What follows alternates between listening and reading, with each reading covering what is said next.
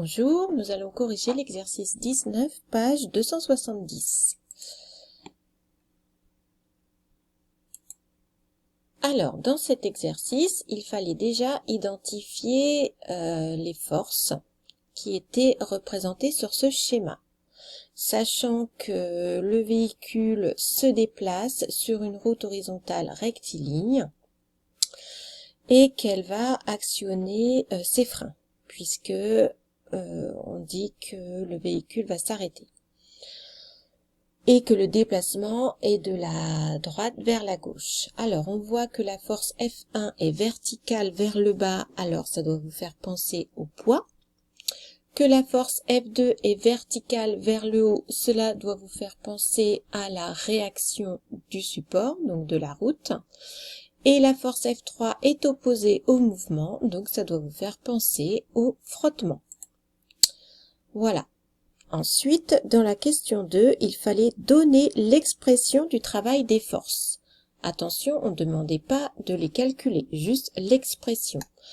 Alors, comme les forces F1 et F2 sont perpendiculaires au déplacement, le travail de ces forces va être nul.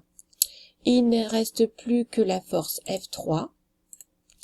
Et pour avoir le travail de cette force, eh bien, on applique la relation vue en cours. C'est le produit scalaire entre le vecteur F3 et le vecteur AB, c'est-à-dire la valeur de F3 multipliée par le chemin AB, multipliée par le cosinus de l'angle entre ces deux forces.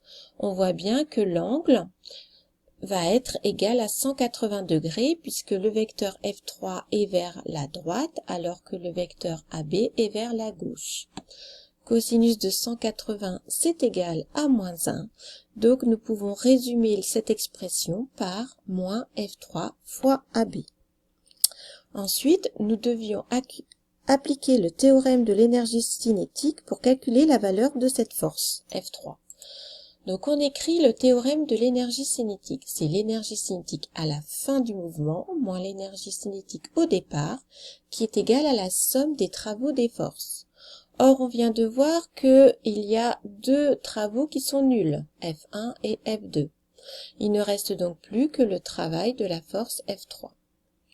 Autre chose, dans l'énoncé, on nous dit que la voiture s'arrête à la fin du mouvement au point B.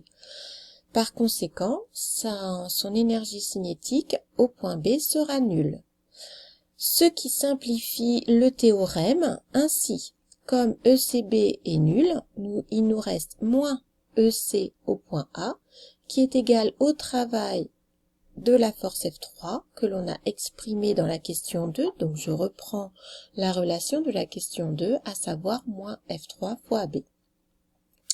Il y a deux signes moins à gauche comme à droite, donc je peux les simplifier. Cela me donne EC au point A égale F3 fois AB. Je cherche F3. Donc pour avoir F3, eh bien je divise l'énergie cinétique par AB. Je remplace l'énergie cinétique par son expression, 1/2 fois mva au carré. Et en faisant l'application numérique, attention aux unités.